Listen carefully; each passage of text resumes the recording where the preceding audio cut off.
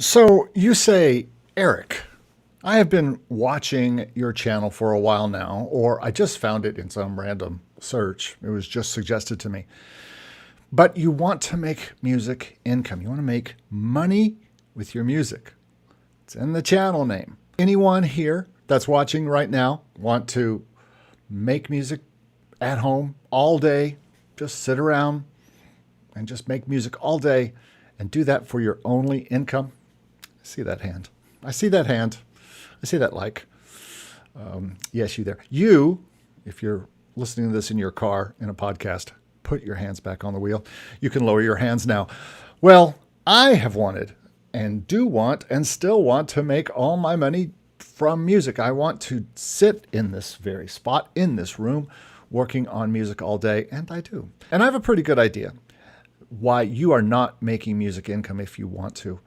And I know 4 reasons that you're not. And at least not enough money to make this a serious side hustle or make this something that you could quit that job that you hate or that job that you don't hate, or at least make more money as a side hustle. Well, if you want to sit around in your jammies and make music all day, like I do, and for those wondering, is he really wearing pants at all?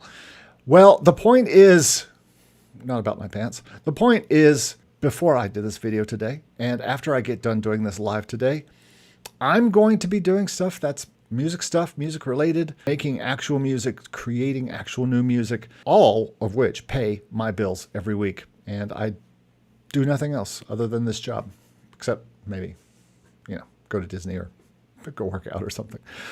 So how do I do that? How do I make all this music? Well, it takes 4 very important things, and I'm going to share them with you today. And before you get too freaked out, yes, I am wearing pants. Well, shorts.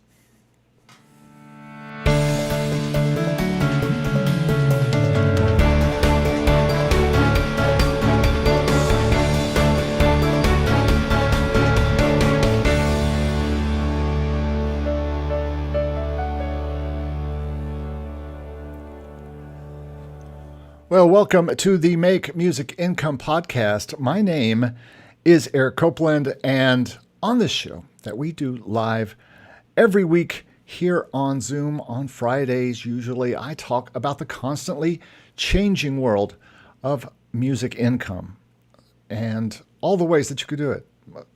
Being an artist, making money with music licensing, being a music composer and arranger. I might make some music income from just doing some composing of sheet music for someone. Being a music producer, being an artist or being a composer that makes sheet music like I was just talking about, and any other way that I have made music. I did just repeat myself. It's because I repeat myself every day. Every day I'm doing the things that I've done the day before or another day. This show is sponsored by MakeMusicIncome.com. You can see it right there.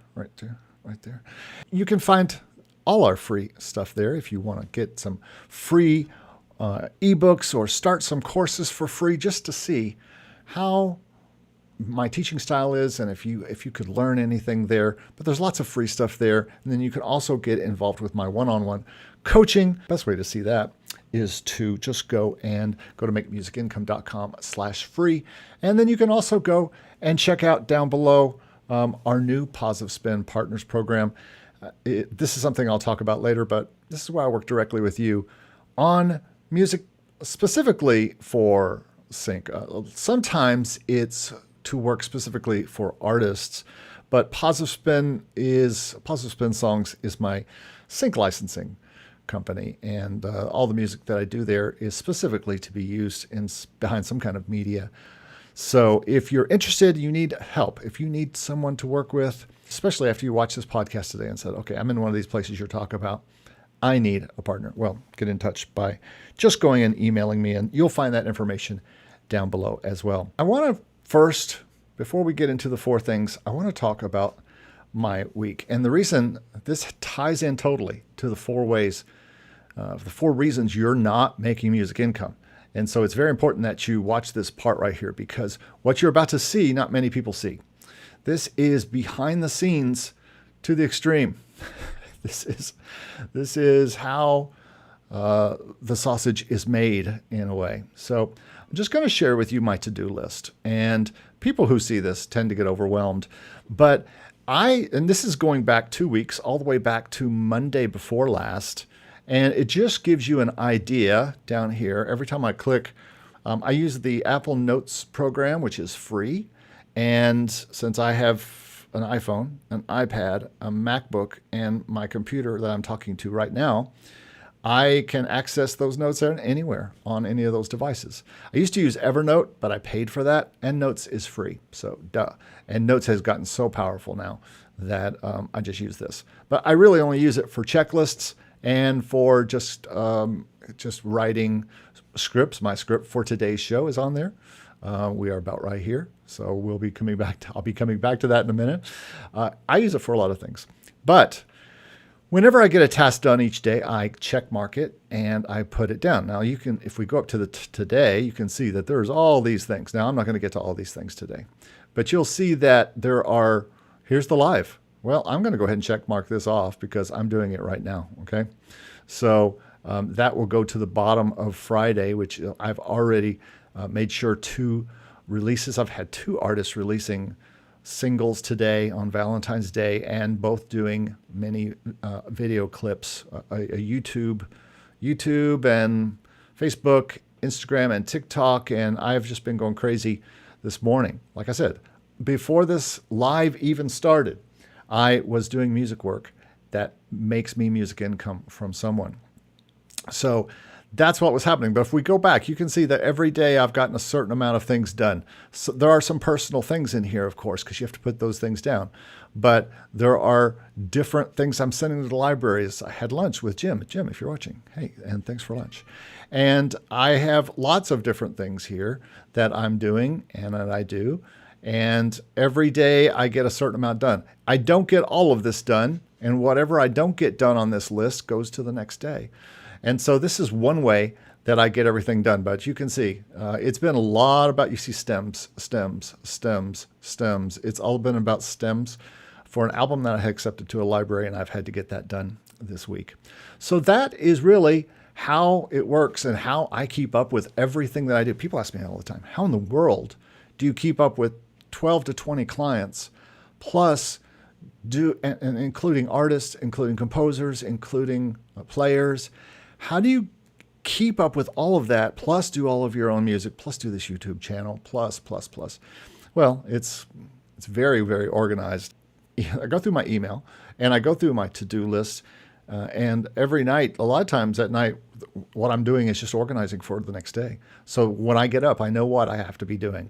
And it helps me through the day to keep stuff going, because if I'm like, okay, I'm off on a tangent here, what was I supposed to be doing? I go back to my to-do list. I see what the things I need to do. And so I go do them. So that's cool. All right. So that is the to-do list. Yeah. Hey, if you find that at all helpful, if the to-do list thing helps you in a way, just give me a thumbs up if that is something that is interesting to you. And if you would like to try it, I really heavily suggest that you do try it because it really works for me. All right. Back to the script. That is also on Notes. Now, you're probably saying, why do we have to go through all that?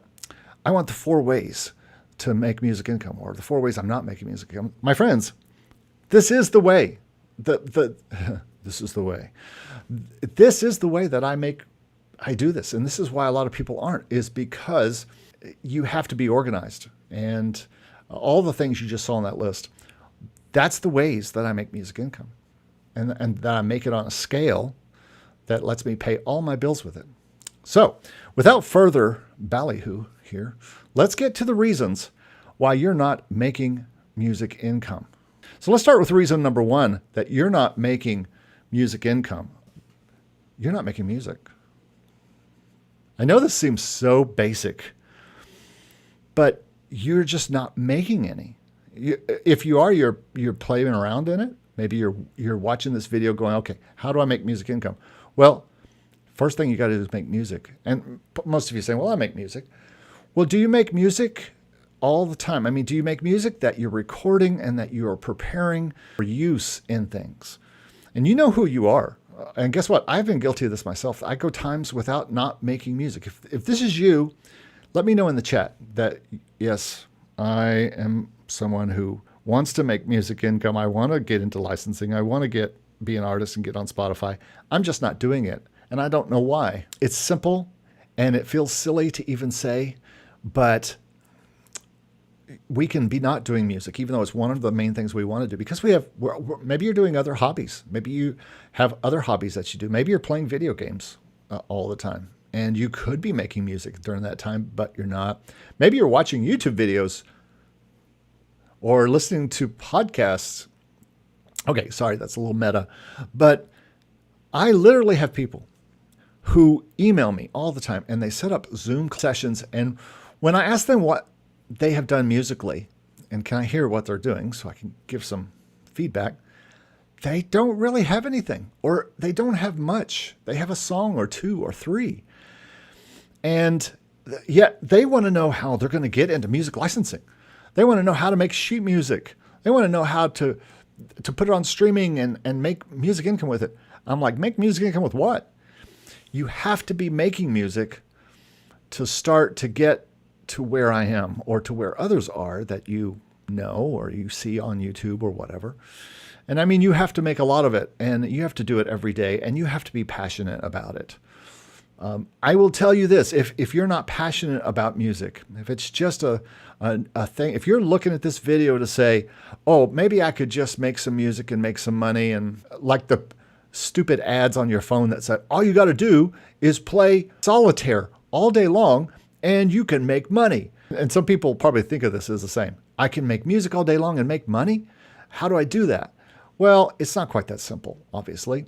I had to let a lot of things go to start making music income. And really, when I got into licensing, and it probably started back when I was working on my master's, and I knew that I really wanted to get done all the music that I wanted to get done, I had to make more music. And I'm in that mode right now. I have to make more, a lot of it. I have to do this. And I gave up hobbies. I gave up hobbies like fiction writing, nonfiction writing, which I like to do, video games. I gave up NBA 2K, okay? Gave it up. Those guys cannot have any more of my money. I gave up reading. I used to read like 2 or 3 books at a time. But now I am studying. I am working on song ideas. I am organizing stuff for the next day. I am making sure that I am getting everything done. And I know this doesn't sound sexy or fun, but it is if you love music. If you can do anything else other than music, you should go do that thing. Because there's too many of us here that are making music income and making 6 figures with music because we are hard at it. We are focused on it. It's the only focused thing. Yeah, we have YouTube channels, but it's just because we need somebody to talk to, because otherwise we're going to be sitting in this room all by ourselves making music only. And it's going to be a very lonely, one-sided, maybe email-only communication type of things for us. So I make music because it's really what I want to do. It's really the main thing that I want to be doing, other than just like going to the beach or going to, Disney or hanging out with my wife doing stuff.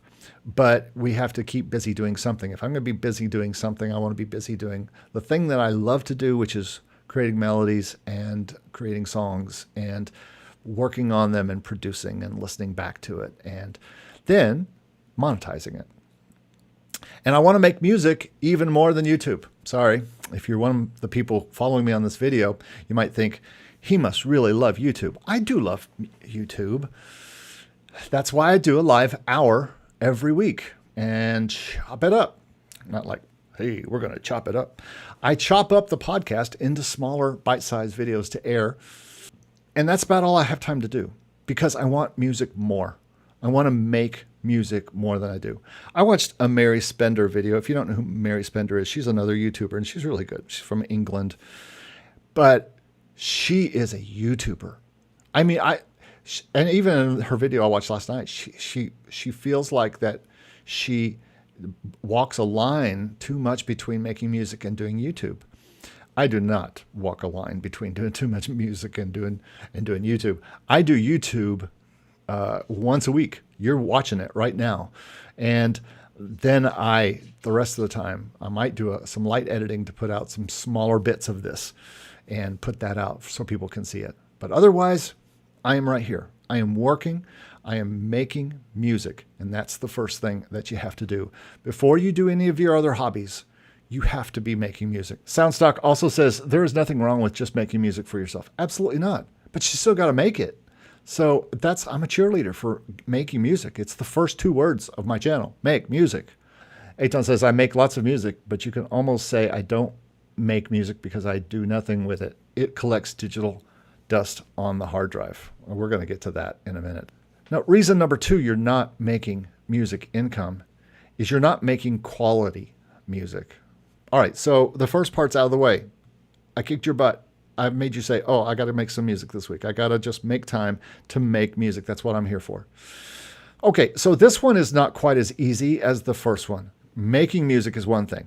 Making quality music is really the next thing. And this is likely the thing that is going to take the most of your dedication and dedication for a long time. I hate to tell you this, but buying a computer, pause because this is going to be a sick burn. Buying a computer and lots of software that makes music when you press down on the keys and it plays all these sounds, it's not going to make you much music income. Sure, it's going to sound great. It's going to be fun. I just saw a new piano sound that came out last night from Native Instruments, I think. And this seems to be the case with all music software. Contact is like this, all these things. They're building all of these things into the software where you can just press down on the keys or press one key and a whole thing comes out. Just put your hands down and it makes a cool, evolving sound. You know, I used to like that too when I had my Roland D50 in 1988. It was awesome. It had cool sounds. I was a starving college student in Chicago in 1988, but dang, that digital native dance sounded cool when you held it down. I also loved it when I had the Korg Wave Station in the 90s, and I had this evolving sounds when I pressed the keys. It was so cool. I was working full-time corporate to pay for all my bills and support my family, and music was a hobby at best and a few bucks on the side sometimes. But those keyboards and many others of the keyboards and softwares that I have found that make cool sounds and do things were all on my journey at the time when I was trying to make music income with my music. And I hate to tell you, you're not going to like this, but that journey was at least 10 years before I started full-time pro work. Then I was able to leave a corporate job eventually, the safety net of having a day job, and start working in music full-time. Even those first few years were not easy. And I had to make quality music for people in the studio to make music income. Did you catch that word? Quality music. I couldn't just make anything for anybody.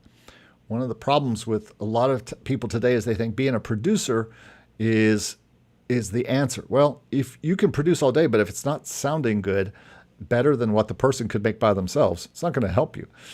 But I was able to do that, and then that led to working with better and better musicians and improving my skills in writing, and eventually moving to Nashville and doing the very same thing. And now quality is kind of my calling card, and it's why libraries keep emailing me back. It's why clients stay with me for years, and we work together, and why I released 2 singles today for one client I had worked with 25 years ago. So quality is job 1. Well, actually, quality is job 2. After making music in the first place. Please see reason number 1. Before we get to reason number 3, reason number 2 is you've got to have quality music, and most of you don't have that quality yet. Now, there are answers for that, and we'll get to that.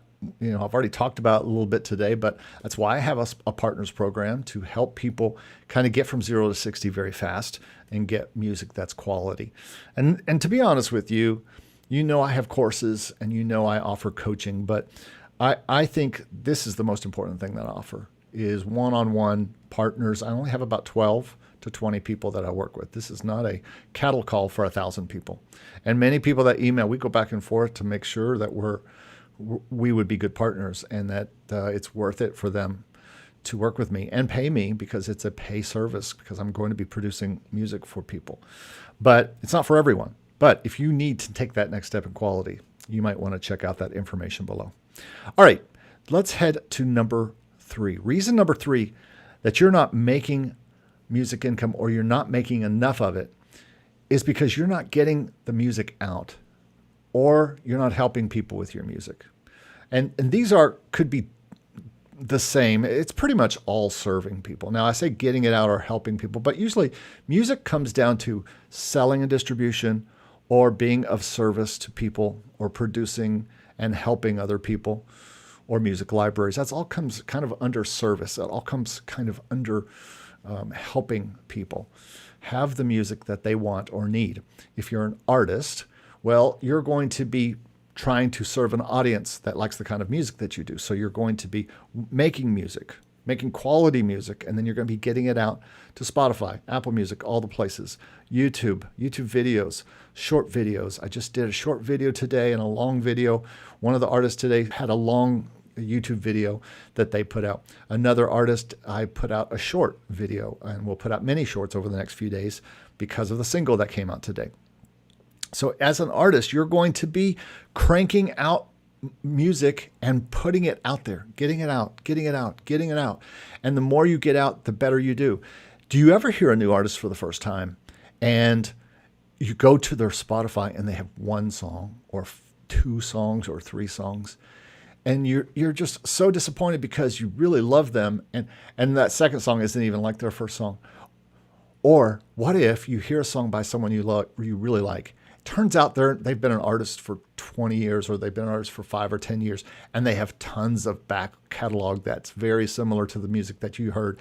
And you're like, this is awesome. And you follow them, and every time they put new music out, you follow them. Guess what? That's because that person made quality music, put it out, got it to you, the listener, and you became someone who fell in love with that music and said, yeah, I'm so happy that there's a lot here. And so that's if you're an artist. Now, if you're a composer, there's a whole different set of things that you're going to be doing. You still have to get music out. If you're like a stage composer, well, you've got to really work to get a bunch of sheet music done that's orchestral people or chamber orchestras or piano players or whoever you're making your music for, whatever kind of player, or even if it's for yourself. You're making it to get the music on stage in front of an audience. You're serving that audience with the music, and you're serving the orchestral people, or maybe you're hired by an orchestra to compose. And so that's who you're serving. That's who you're helping. If you're a producer, like I am, and maybe you also do some writing alongside that, arranging like I do, well, then you are serving clients. You are serving other artists. You are serving other music makers, and you're trying to help them get where they want to go, and that you're making money because of it. And if your music isn't doing this, if it isn't out where it can be heard, and if it's not helping people, then you're not going to make music income. And if you're doing all three, if you're an artist, composer, and producer like me, well, you saw the to-do list, right? It's a lot. You have to do a lot, and you have to get a lot out there, and you have to get your music out there, and you have to put it to work. You have to release music like I helped several artists do today. They announced it all over their Facebooks and their YouTubes and every place else, and their Instagram and TikToks, and they put videos up so people would know they have new music out. They put more out, and really smart artists are doing this. The smart artists are doing this every month, as fast as possible, every week. Putting new music out, or if they're not putting new music out, they're putting new little snippets of the music out all the time to just help people hear it and like it and then want to go and follow it wherever they follow it. You're going to be promoting your music after you've produced and released it. You're going to be promoting it, and like I help people do today. You're going to be creating music and getting it to libraries or media or whoever needs your music to get it behind things like sync or stock, or to marketing clients, or to video companies, or to churches, or to YouTube channels. Somebody needs the music that you're making, and that's who you are serving with your music. You're going to hear that word a lot, serve. We all know you got to serve somebody. And that's a big part of why you're not making music income. And it's probably not what you want to hear. But the truth is, if you're not serving somebody with your music, whether it's an audience or whether it's a client, you're not going to make music income like you want to. You got to get the music out there, and you're going to have to serve people and audiences with your music. Now, you may be interested in sync licensing. Maybe that's why you're here. You watch this channel because I talk about sync sometimes. Fine. That is serving a client, a music library. You're trying to get them interested and serve them. I'm doing briefs for libraries the past 2 or 3 months because I'm trying to be a team player, serve the library, and hopefully that will bring money in the long run. A music supervisor, you meet a music supervisor and they say, oh, I've got a show that needs a lot of tension music this week. It's a tense show. And you give them, that's a person you're serving. A show editor, if we go on down the line of this, goes to a music library first, and then eventually a music supervisor gets the song they want. Then they give it to the editor of the show for music, and that editor chops it up and puts it in. And all the way down to the director who gives the thumbs up, or the person sitting on the couch that's watching. You're serving that person. If it's stock music, then that means you're serving a library like Motion Array or Pond 5, and it's serving a video editor who needs music, or the person who is watching the video in the first place, like you're watching this one. If you're an artist, you're serving the audience, like I talked about before. So the more music that you make and the more quality that it is allows you to serve more people and bring in more music income. But it's basic stuff here. This is not a hard concept to grasp, but sometimes we need to be reminded of basic concepts. And so that's why I say it's really pretty simple. And this leads us to number 4, which is you're not making enough. You don't have enough music out, or you're not helping enough people, or you have a limit on how much you can get done. And this is probably the biggest deal for you, is if you are to a place where you are making music all the time and you're making quality music and you've got some out, probably the reason you're not to the place you want to be in music income is because you don't have enough out. And I talk about this all the time because you heard me mention make music first, and then make quality, and then quality second, and then serve third, and then fourth. We have to do more. We have to get more out. This is where I am right now. As a person who's been doing this for 25 years, this is where most of my contemporaries are who have been doing this for all this time. It's our battle every day. How do we keep all the plates spinning? How do we get more done? How do I get enough music made that it's going to satisfy all the libraries, all the clients, and my own selfish music desires and goals? And how do I get all that done and yet still have a personal life, still get enough sleep and eat right and exercise and do all these things? How do I do all those things? How do I balance all that? And maybe you have gotten to a point where you are making great quality music that clients love, that libraries love, people love. But the roadblock is making more. And ask anybody who is doing this now as a career. It takes a very strong commitment and schedule to do this. You saw lately on Jesse's channel, Steve McDonald, that guy works every day full time on a brief or a song that a library needs. That's all he does. And he works on 1 or 2 songs a day and really hits it hard. And you have to think of it like that. It's your day gig. It's what you have to do if you're wanting to make a full-time living out of it. But let's say you're not even close to that. Let's say you have a day gig. Let's say you have another job, or let's say you can't produce very fast, and you really like to take your time. I get it. I like to take my time.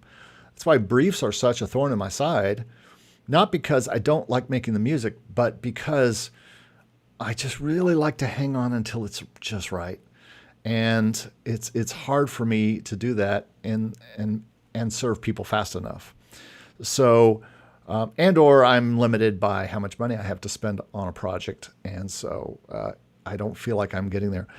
Let's say you don't do this for a living yet. You want to, but you don't.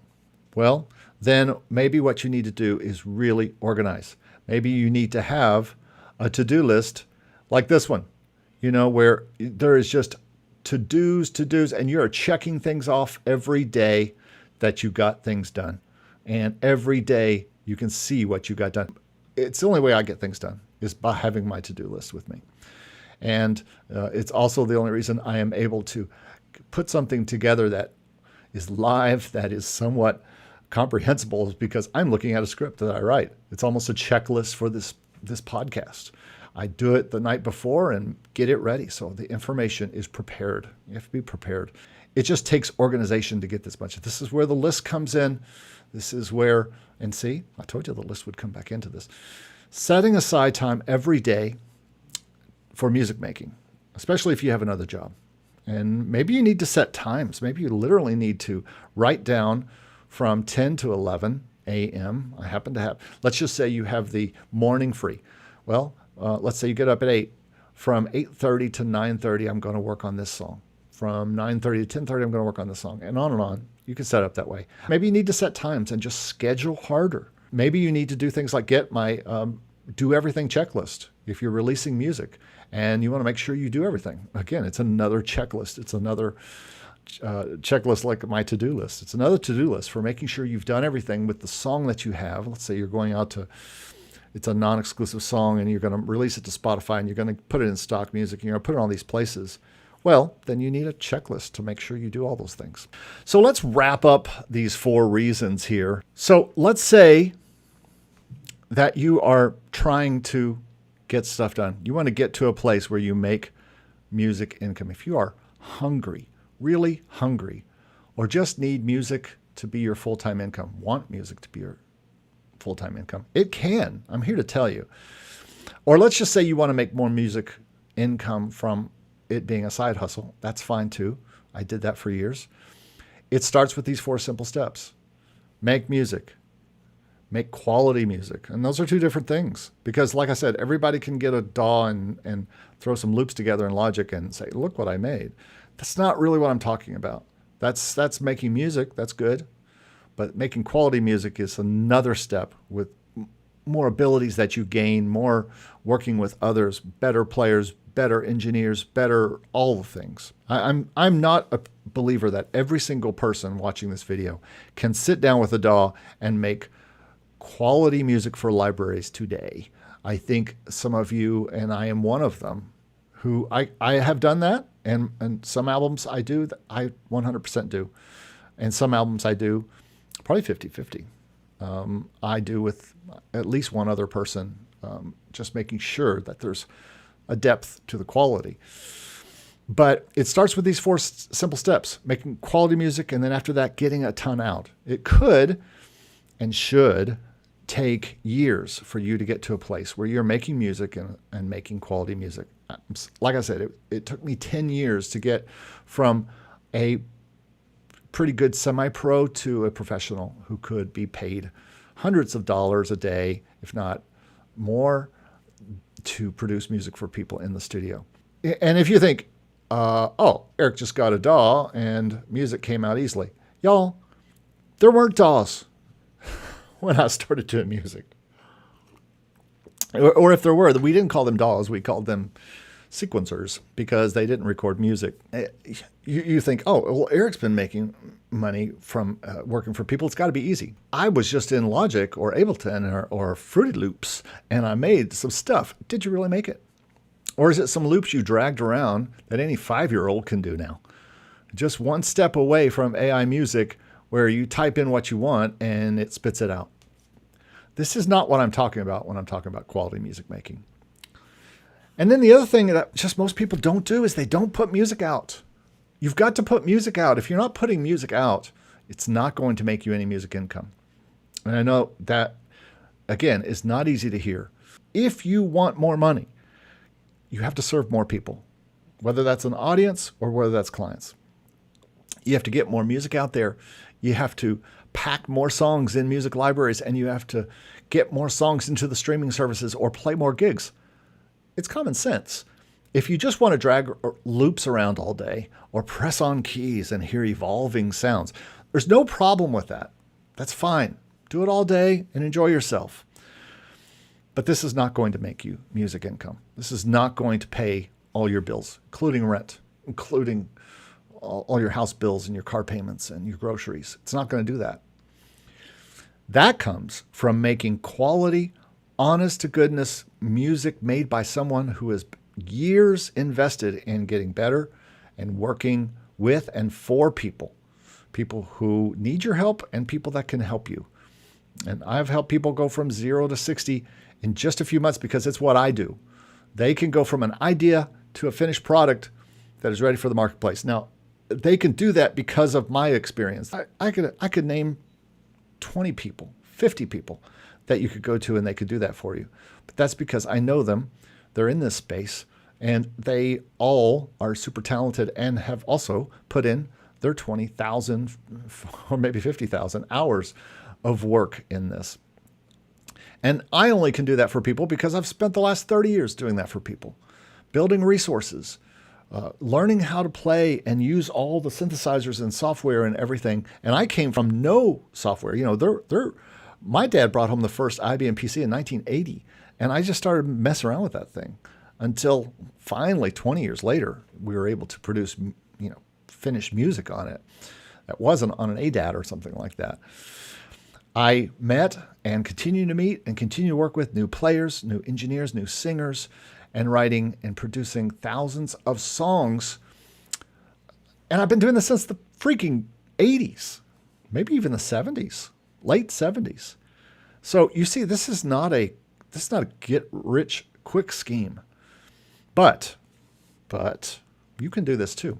And if you'd like a little help pouring some gas on your little fire, again, you can check down in the description below. I am looking and working together with partners to help them develop music for usually what Positive Spin is focusing on licensing. But I also do help artists. Cole Slaw says, have you ever released something and then find out there's a part in it that sounds like another song? Of course.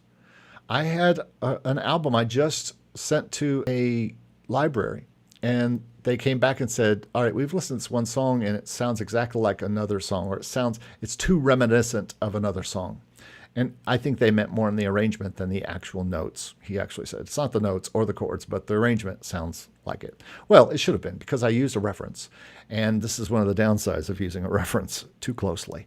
I used a reference and it reminded the library too much of another song. Some libraries might like that, actually. But yes, I have, and I just did.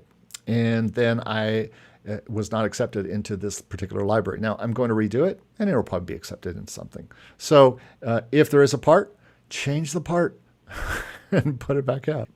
How do you know when a song is finished? Well, for me, I know it because I feel like everything's in. And you know what? Every song is not going to have the same things.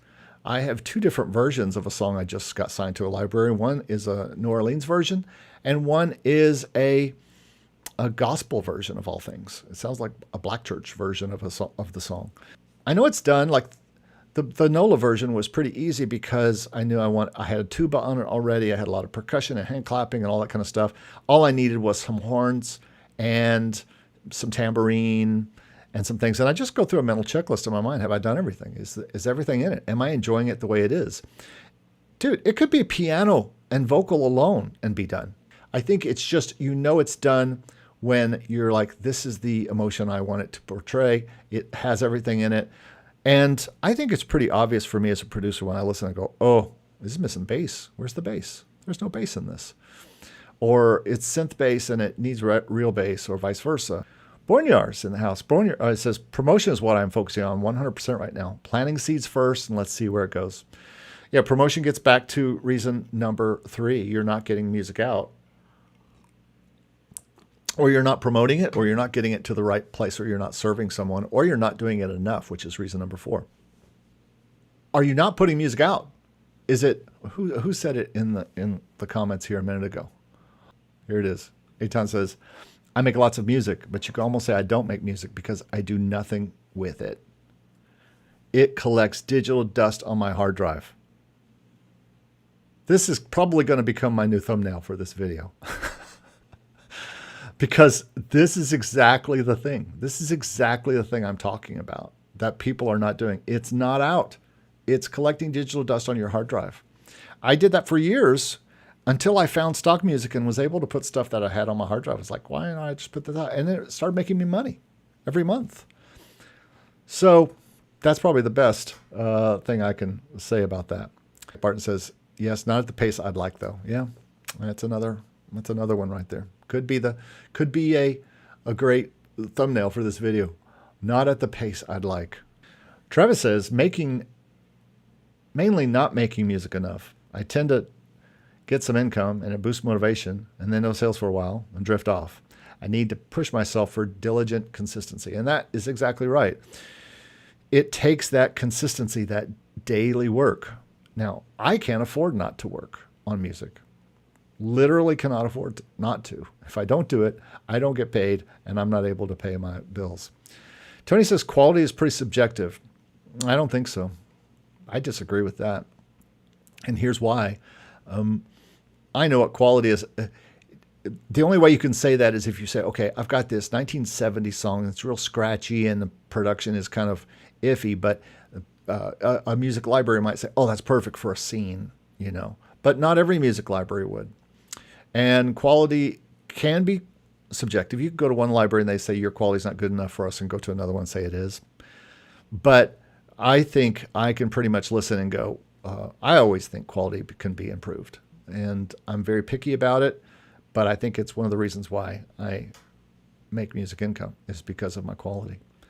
Memorable Music for Media, that's a nice name. I make music every day. I submit 2 tracks a week to a production music library, and about 95% gets accepted. Well, there you go. And you know what? The people who I know who are making full-time money in music, like 6 figures a year, are doing that very thing. They're making 2 tracks or working on a track or 2 a day. And he's talking about a week. But many people are working on 2 tracks a day, 1 to 2 tracks a day.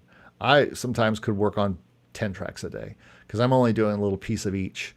I work in a kind of assembly line fashion here in the shop here. All right, everybody. Well, I think that's going to do it for today. Again, if you would be so kind, and if you're here right now, and even if you haven't had time to put something in the chat, give us a thumbs up, because that's going to help more people see this video. And I think this is something that can really help people, this video today. And so if you wouldn't mind doing that, that would really help. Thanks for watching. Be sure you check out the description below for everything that's going on, including the $49 course right now. I've cut that in half. And so if you're interested in stock music licensing, and you saw the video last week about all the updates, so I did updates about stock music and what's really going on with all the libraries, you can check that out. And that's going to be part of the course now, so that you can have a kind of a 2025 what's going on in stock music and how to make money with it.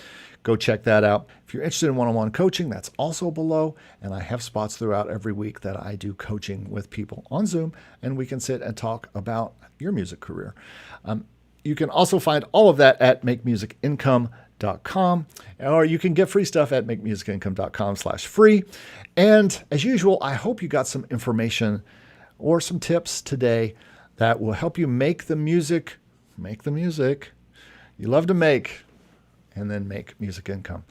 All right, everybody, that's it for me. Thanks so much for being here. I hope you have a great weekend, and we'll see you next time here on the podcast. Bye-bye.